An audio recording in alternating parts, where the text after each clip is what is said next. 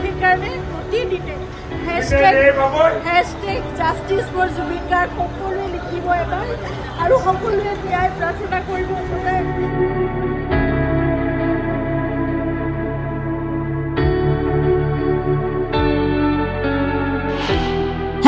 #Justice for Zubin Garg সদায় লিখক। আমি Justice for Zubin Garg সকলোৱে লিখিব এবাৰ আৰু সকলোৱে ন্যায় প্ৰাৰ্থনা কৰিব সদায়। আমি জানিব লাগিব কি হৈছিল জুবিন গাৰ্গৰ সৈতে। যি হৈছিল আমি জানিব লাগে, সেইটোৱে কথা। আজিলৈকে জনা নাই কি হ'ল, 22টা দিন পাৰ হ'ল, আজিলৈকে আমি নাজানো কি ঘটনা ঘটি গ'ল। জুবিনৰ সমাধি ক্ষেত্ৰত গৈ ৰাইজলৈ প্ৰাৰ্থনা গৰিমা শইকীয়া গাৰ্গৰ। আপোনালোকে সদায় ন্যায় বিচাৰক, আমি ন্যায় পাব লাগিব। #Justice for Zubin Garg সকলোৱে লিখিব এবাৰ আৰু সকলোৱে ন্যায় প্ৰাৰ্থনা কৰিব সদায়। এয়া অসমীয়াৰ দুৰ্ভাগ্য। অসমৰ সম্পদৰ ন্যায় বিচাৰি অসমীয়াই চকু পানী টুকিছে।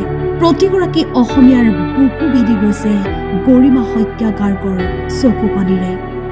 ন্যায় বিচাৰি জুবিনদাৰ সমাধিত গৰিমা শইকীয়াৰ প্ৰাৰ্থনা কৰাৰ লগতে আপোনালোকে জাষ্টিছ বিচাৰিব লাগিব। সেইকাৰণে আমি খুব ধৈৰ্যৰে আমি অপেক্ষা কৰি আছোঁ, কিন্তু সেই ন্যায় আমি পাব লাগিব। সেইকাৰণে সেই যুঁজখনত আমি সদায় ব্ৰতী হৈ থাকিব লাগিব। আপোনালোকক প্ৰাৰ্থনা জনাইছোঁ, #Justice for Zubin Garg সদায় লিখিব, সদায় লিখিব, সদায় দাবী কৰিব, সদায় অনুৰোধ কৰিব, সদায় প্ৰাৰ্থনা কৰিব। জুবিন গাৰ্গ কায়িকভাৱে আমাৰ মাজৰ পৰা আঁতৰি যোৱা আজি প্ৰায় 1 মাহেই খবৰ হ'ল। অভিশপ্ত 19 ছেপ্টেম্বৰৰ পৰা প্ৰতিটো দিনেই অস্থিৰতাৰ মাজত সময় কটাইছে সমগ্ৰ অসমবাসীয়ে।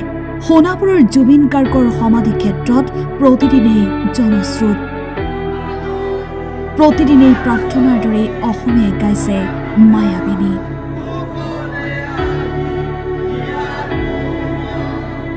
এয়া অসমীয়াৰ প্ৰাৰ্থনা, জুবিন গাৰ্গে ন্যায় পাওক। প্ৰতিদিনে সামাজিক মাধ্যমত #Justice for Zubin Gargেৰে ৰাইজে বিচাৰিছে জুবিন গাৰ্গৰ ন্যায়। এই যুঁজ অব্যাহত ৰাখি জুবিন গাৰ্গৰ ন্যায় বিচাৰি প্ৰাৰ্থনা কৰিবলৈ ৰাইজৰ ওচৰত আঁঠু লৈ জুবিন গাৰ্গৰ সমাধি ক্ষেত্ৰত আহ্বান গৰিমা শইকীয়া গাৰ্গৰ। #Justice for Zubin Garg সকলোৱে লিখিব এবাৰ আৰু সকলোৱে ন্যায় প্ৰাৰ্থনা কৰিব সদায়। যি হৈছিল আমি জানিব লাগে, সেইটোৱে কথা।